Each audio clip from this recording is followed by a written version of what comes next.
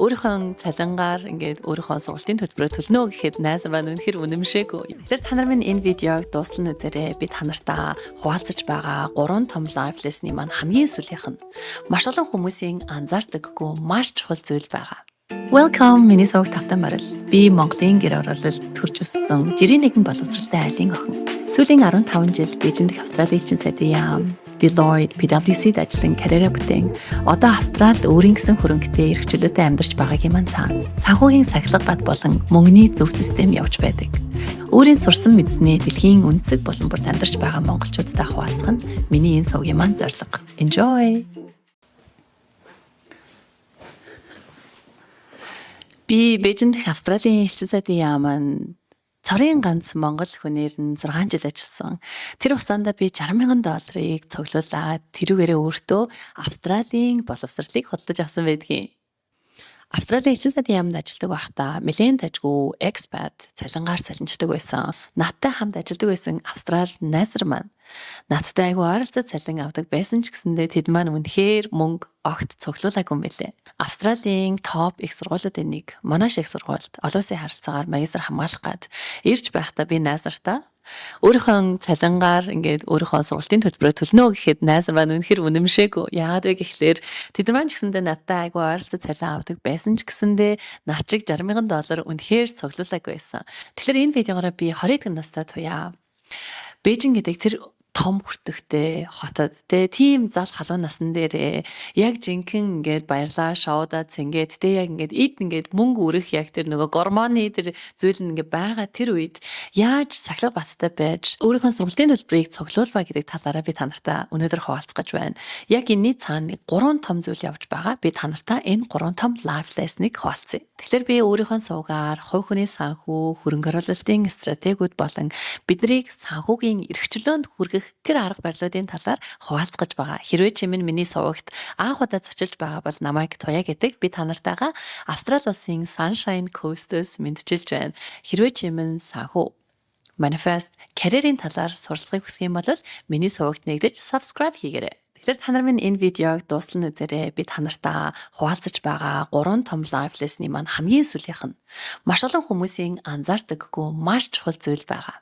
Тэгэхээр магадгүй энэ видеог үзэж байгаа чи Туяа чи Австралийн элчин сайдын яамд ажилладаг байсан болохоор нэлээд өндөр орлоготой учраас $60,000 чи цуглуулах бол тийм хэцүү биш баха гэж бодож байж магадгүй. Тийм үү? За мэдээж орлогын хэмжээ нөлөөлж байгаа.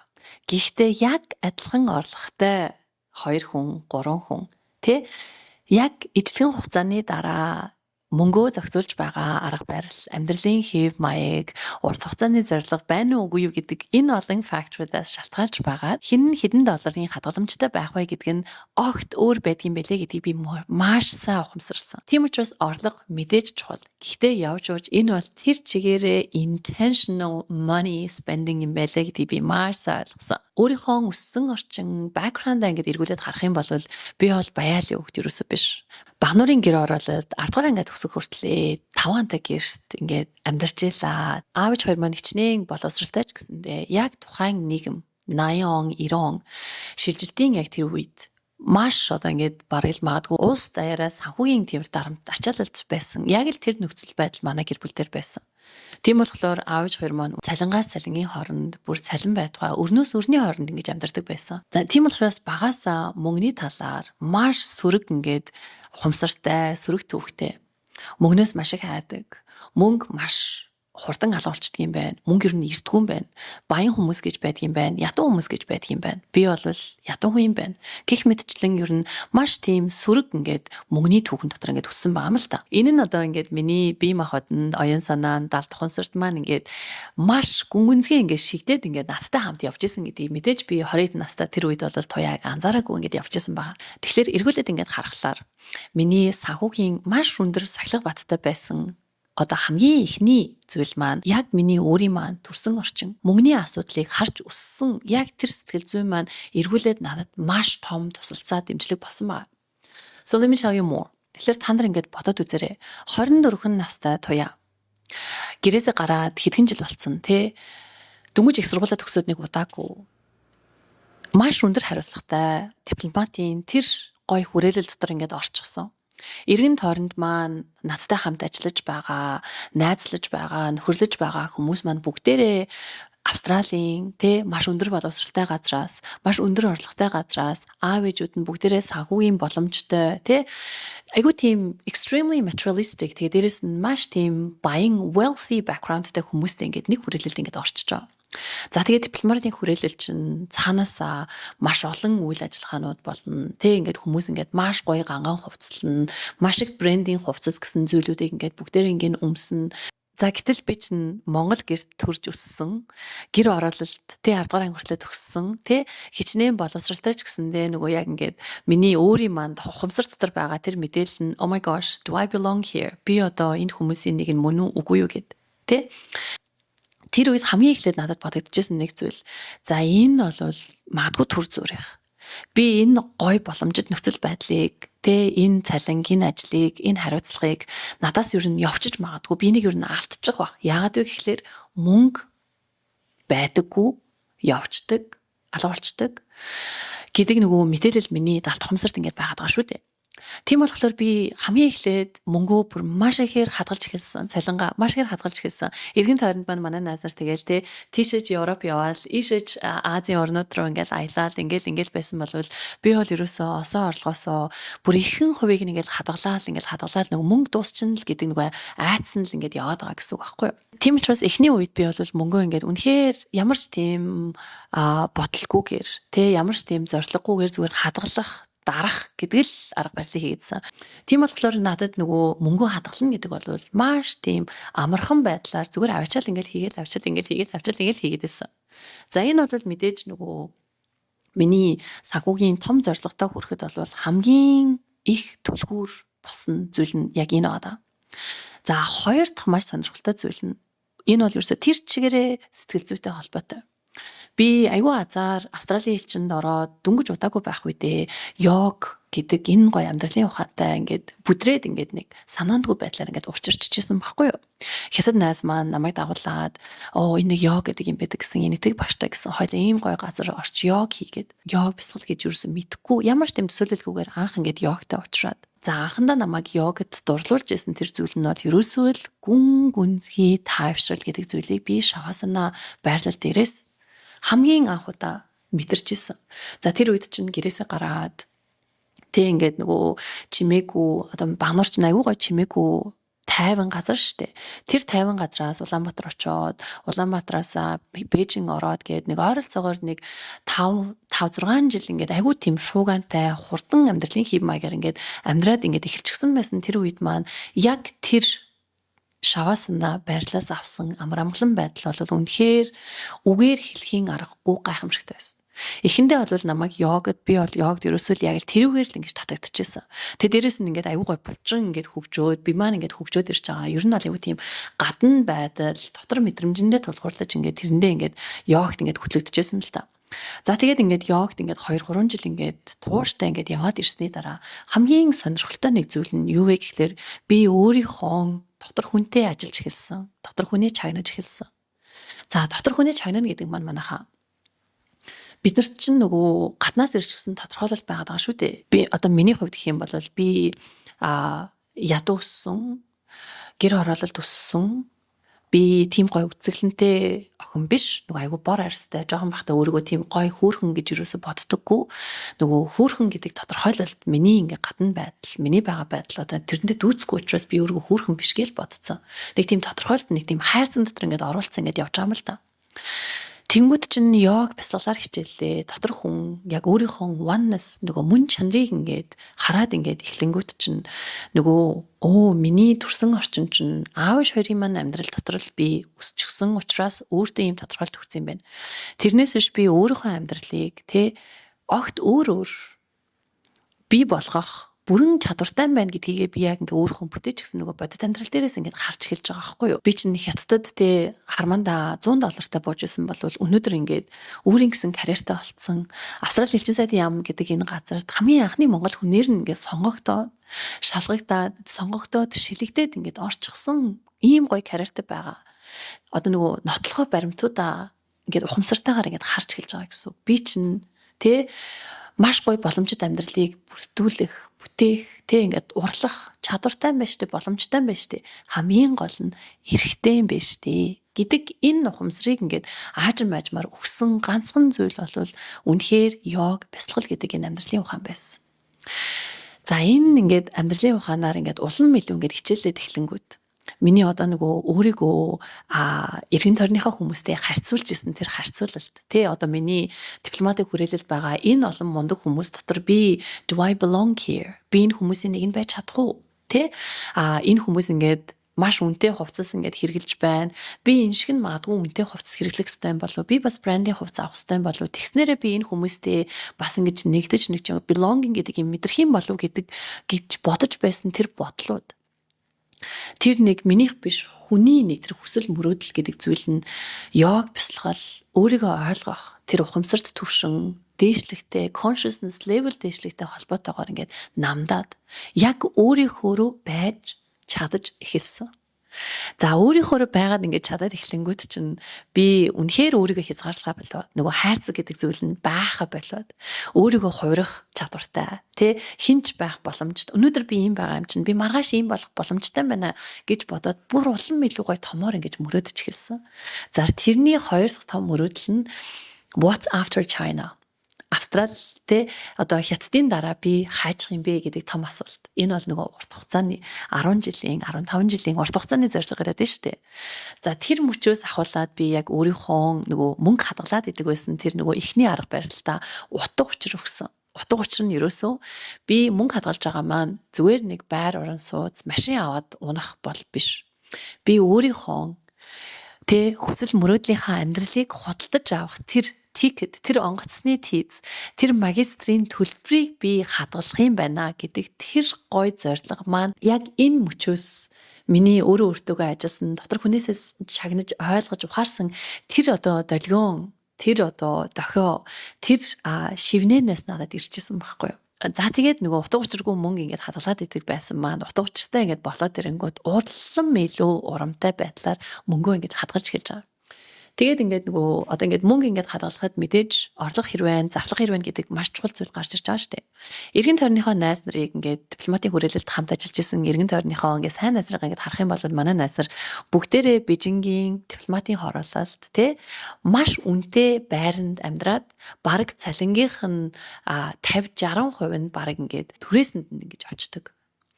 Ингээд security guardтай тэгээд амар тийм нэг орд хар шиг тиймэрхүү газруудад амьдардаг байсан л да. Дипломатын хүрээлэл чинь яг Сан Литуны хаваар ингээд дипломатын хүрээллийн хаваар байгаа байрууд чинь угаасаа гадаадууд маш олноороо тэнд амьдардаг нэг жоохон bubble маягийн болохоор угаасаа тэрийгээ дагаад маш үнэтэй. Гэтэл би мөнгө цуглуулж байгаа тий урт хугацааны зорилготой болсон цаашлаад Австрал руу явнаа өөрийнхөө хүссэн мэрэгчлэр тий олон улсын харилцаагаар магистр хамгаална гэдэг ингээд шийдчихсэн байсан учраас надад яг үнэндээ тэр хэдэн жил тий тэр гоё газар тэр гоё одоо байранд swimming pool мөлдөө тийм газар одоо амьдрах шаардлага ерөөсөө тийм хүсэл зорилго ерөөсөө байгаагүй. Тийм болохоор би байнга найз нартайгаа хамт тэ хоёулаа эсвэл гуруулаа хамтдаа яг хятадуудын амьдардаг тэр хороололд байр түрээсэлж амьдардаг байсан. За тэгээд манай найз нар маань тэгэл амар тийм үнэтэй хэрэглээтэй байдаг байсан бол би тэгээд дугуй ундаг. Тэгээд сүүлд нь жоохон fancy болоод скутер худалдаж аваад тэгэл скутерээрээ хаашаад ийшээ тийшээ ингээд явдаг. Ер нь зарлага ингээд маш тийм хянсан байдалтай, маш ухамсартай байдалтаар санхүүгийн сахилга батыг өөртөө ингээд бий болгочихсон л доо. За тэгээд ингээ мөнгө хадгална гэдэг бол тэр чигээрээ зорилгоос гадна систем байдаг. Систем. Би өөртөө айгүй залуухан байхдаа payday гэдэг тийм рутиныг би болгож байсан. Цалин маань ингээ сар-сартаа ордог байсан. Сарын эхэнд ордог байсан санагдчихээн. Тэгээд яг тэр цалин орсон тэр өдөр би хамгийн эхлээд өөртөө хөрөнгө оруулалт хийнэ гээд өөрийнхөө цалингийн маш өндөр хувийг нь өөрийнхөө хадгаламжийн данслуугаа ингээ хийчдэг байсан.